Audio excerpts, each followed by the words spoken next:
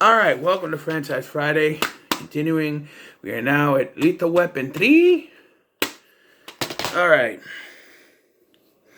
See, and this is the 90s now, right? 80s and 90s. Look at this. Lethal Weapon 2, 3, 4. There's no stupid subtitle, like, there's not Lethal Weapon 2, Diplomatic Immunity. Lethal Weapon 3, Cop Killer. Lethal Weapon 4, okay. No, there's no... I haven't watched Lethal Weapon 4 yet, so I don't know what it's about. Lethal Weapon 4, we got too many people. Or Lethal Weapon 4, I'm too old for this shit. Who knows? That should be the one for Lethal Weapon 5, whenever it comes out. But, if it ever comes out. No, it's numbers. Before I get into my review, a few announcements. I want to do a Scotty TV, but I don't think I'm going to have any time because I'm going to get some reviews up before I go. I'm going to be gone the rest of this weekend from tomorrow, Thursday, as I'm recording this on Wednesday. I'll be gone from Thursday, late afternoon Thursday, till Sunday in the late afternoon. So I won't be able to, me do a Scotty TV. So, just a few announcements. I'm going to finish up. So, I'm finishing up the Weapon series next week. The next review series I will be doing is RoboCop. I'm no longer doing random picks for these. I'm just going to do them, whatever ones I want to do. So, I originally started doing these random, pick out of a thing, wild card, Wednesdays, like that, because I want to be more spontaneous. But these aren't movies that I want to do next. So I don't want to do them, so I don't feel the need to do them. You understand? So, Wildcard Wednesdays is done. Still got To Be Tuesday, because I love doing that, and Franchise Friday will stay. So, there's that announcement. Also, next week, from when you are watching this, Lethal Weapon 4 coming out. Review. Lethal Weapon 4 review coming out on Friday. There'll be To Be Tuesday. And then the next week after that, I won't be home. I'm going to be gone for the week. But you'll still get the To Be Tuesday and the Franchise Friday at least. At least those two videos you will get. I don't know if I'll pre-record more, but my weekly shows, those are my 2 weekly shows, I'm going to get out there. The next franchise I'm doing after Lethal Weapon is RoboCop, starting with a re-review of the first one, because I looked at how long my review for it was, and it's like less than 10 minutes. So I'm like, okay, I need to redo that. And so that would be the RoboCop review series next. And then in October, I'm doing a horror franchise, and I'm not going to figure out which horror franchise I'm doing yet, but it's got to have 5 movies in the franchise, so I'll figure that out when I get to it. But,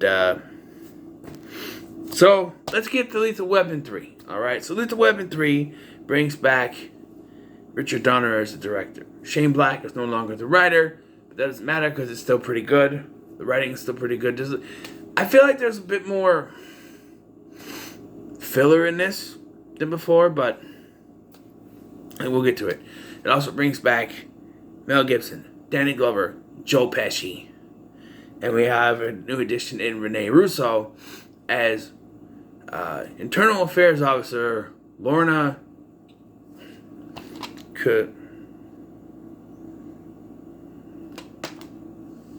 Cole. Lorna Cole. First of all, Lorna, that's like an old lady's name. She's like 75 years old. She's trying to give you butterscotches. Here you go. I don't know. It's just a weird name for me. Lorna. So, this film starts with Riggs and Murtaugh. Murtaugh is 7 days away from retirement. Because he's too old for this shit, right? Then in this building, there's a bomb. Bomb goes off because Riggs decides to cut the wrong wire. By accident, of course. Blows up, and they get demoted to patrol cops. Now, I don't think Murtaugh's Murtaugh mentions later he's been in the force for 25 years. Can you just get demoted after 25 years of being a sergeant? I don't think that's how it works. 25 years on the force, you're a sergeant. For at least 20 of those, maybe a little bit less. Can you get demoted? He's a respected cop. He's near retirement. Can you actually do Riggs? I can see, but Murtaugh, come on. And that's the padding I'm talking about. This whole thing with them being demoted doesn't do anything. They're demoted for maybe the first half hour of the film. Then they get reinstated to work with internal affairs on this case. Our villain in this is played by Stuart Wilson, Jack Travis.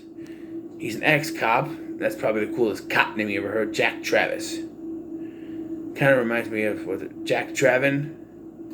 Speed? Jack Travis. He's an ex-cop and he's the bad guy. And he's played by that British person from, that British guy from, maybe he's American, I don't know. From Ninja Turtles 2. He played Mr.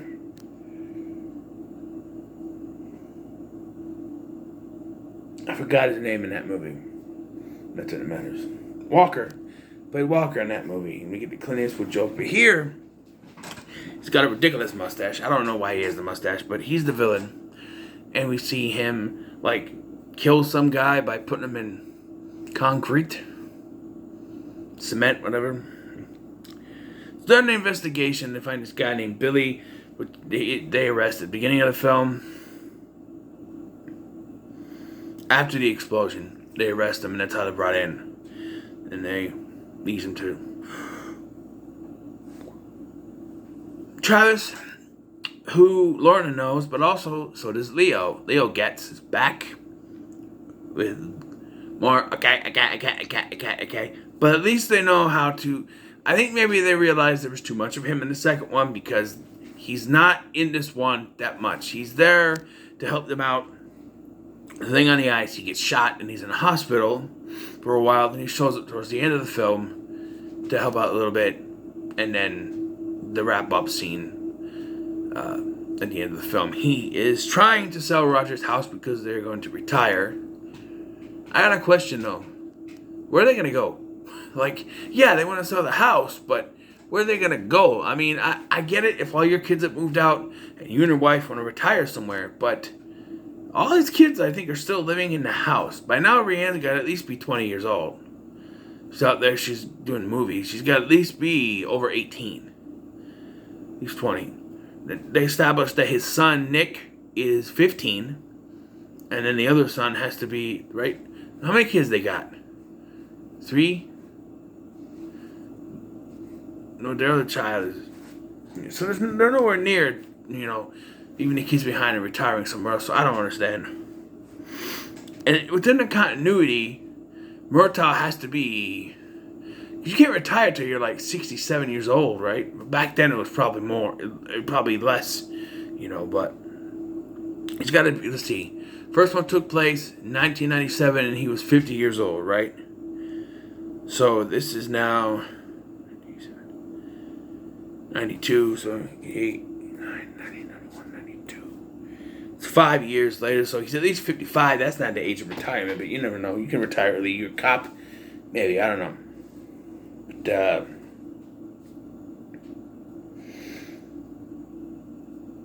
yeah. So they go to this place. I kind of want to see what Roger's burger would be like, because he's like making a burger at this place. I'm gonna make you a big fat burger or whatever. But then Riggs sees this thing go down.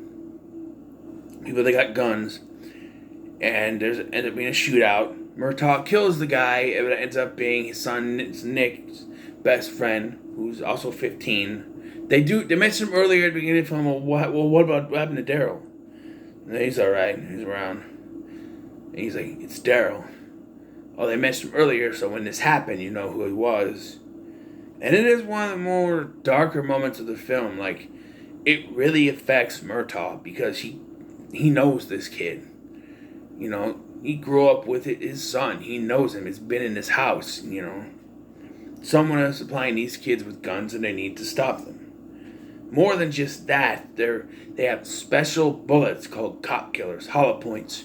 Go right through the bulletproof vest. Cop killers. And the one thing I don't like, during the scene where they reveal the cop killing bullets, there's this young cop, 22 years old, almost 22 years old, be 22 later. During a scene in which they realize that Travis has broken in to the area and stole the captain or whatever, they try to track him down, and the guy is shot and killed with the cop killing bullets. He's only 22 years old, man. And he wanted to go along with it, so it's kind of his fault, but it's also kind of Rick's fault for them to come along. I don't know. Didn't really care for that, but yeah. The funeral scene where Murtaugh goes to Daryl's funeral, the woman slaps him, and I'm like, it's not his fault. He blames himself, and then this family, they blame him, but it's not his fault. Now, he shot Daryl, but it's not Murtaugh's fault. Murtaugh is a victim of circumstance. It's self-defense, first of all. They were shooting at him. He was shooting at both of them. Daryl was inside this porta potty thing or whatever. Couldn't see him. Just fired a bunch of shots. It's self-defense. If he had been able to actually see him, he probably would have hesitated, and it wouldn't have, it wouldn't have been that way. It probably would have went down better. But he couldn't see him. So it's really not his fault. Even his son, Nick, he's like, I don't blame you. Blame Daryl. It's Daryl's fault. He got, involved with all that stuff. So, yeah. But I do like the drama with that. It really works. I don't necessarily know if it is padding. Because, they in the middle of trying to make a cheeseburger, and then that happens out of nowhere. The whole part is padding, but they use that part, not the cheeseburger part, but they use the part with the kid to the advantage later on in the film. So, it's good padding. Now, Ubi Romances. They go pretty quick, don't they? This must be the quickest romance in the history of movie romances, right? So there's Cole. I'm going to call her Cole because Lauren is an old lady name.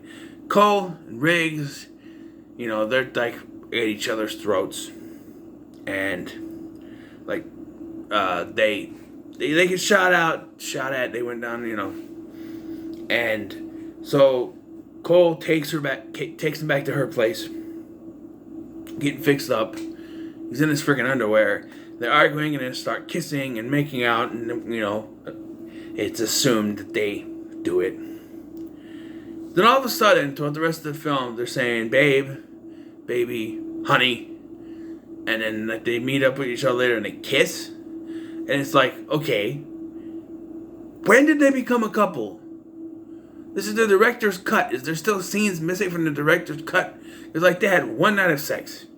All of a sudden, they're like a couple. He's calling her honey. I think there's a babe thrown around. They meet up with each other towards the end of the film and they kiss. It's just like, wait, when did they become a couple? And then Briggs is she gets shot and they think she's gonna die. He gets really worried about her. It's a fast romance. Movie romances are often like that, but this just seems very fast. I'm just saying.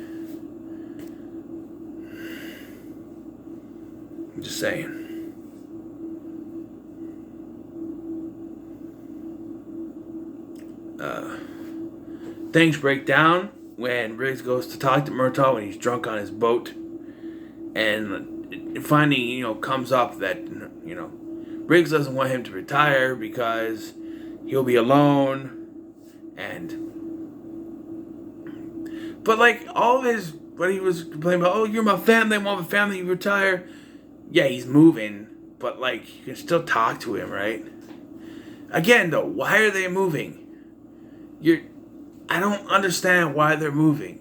Their kids are still going to school. At least two of them are still going to school. You're pulling them out of school. You shouldn't pull kids out of school. I don't understand why they're moving. They never explain it. It doesn't make any sense. Yes, you could say, oh, they're retiring. That's why.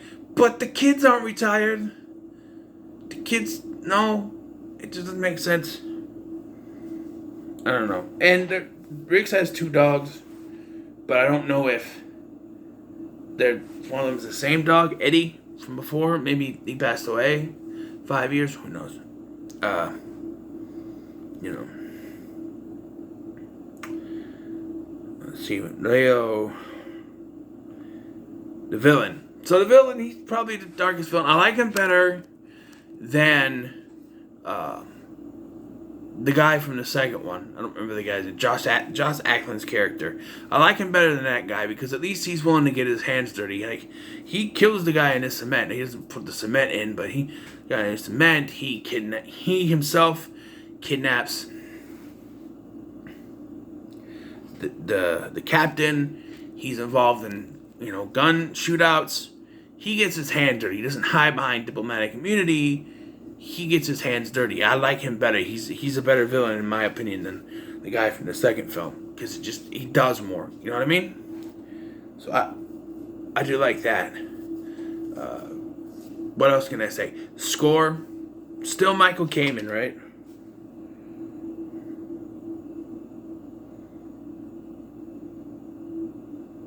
Yep, Michael Kamen still does the Eric Clapton.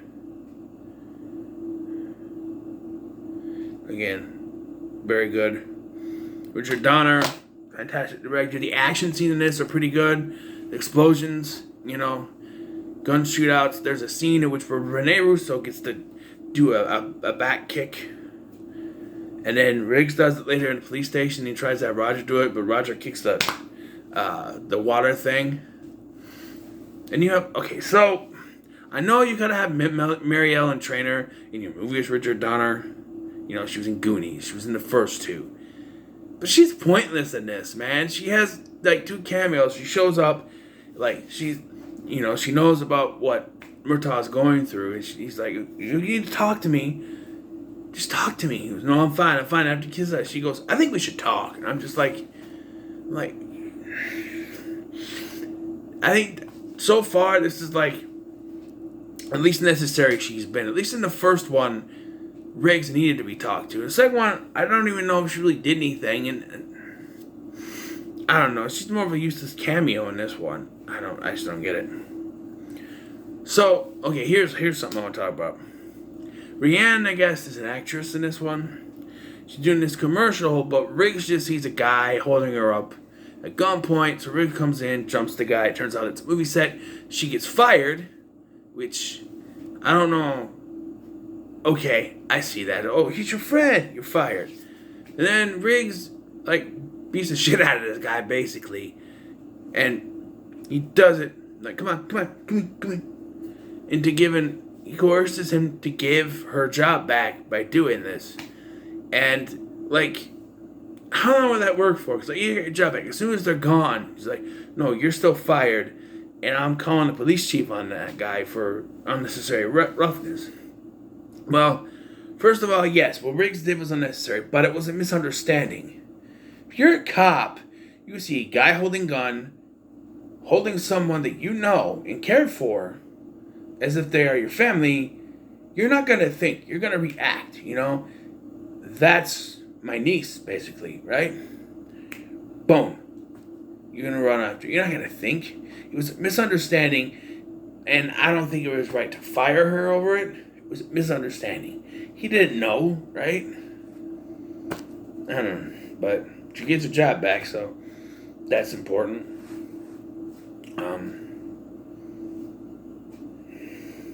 I do feel like there was less, like in the first one, there was a whole meeting in the desert, and the second one had I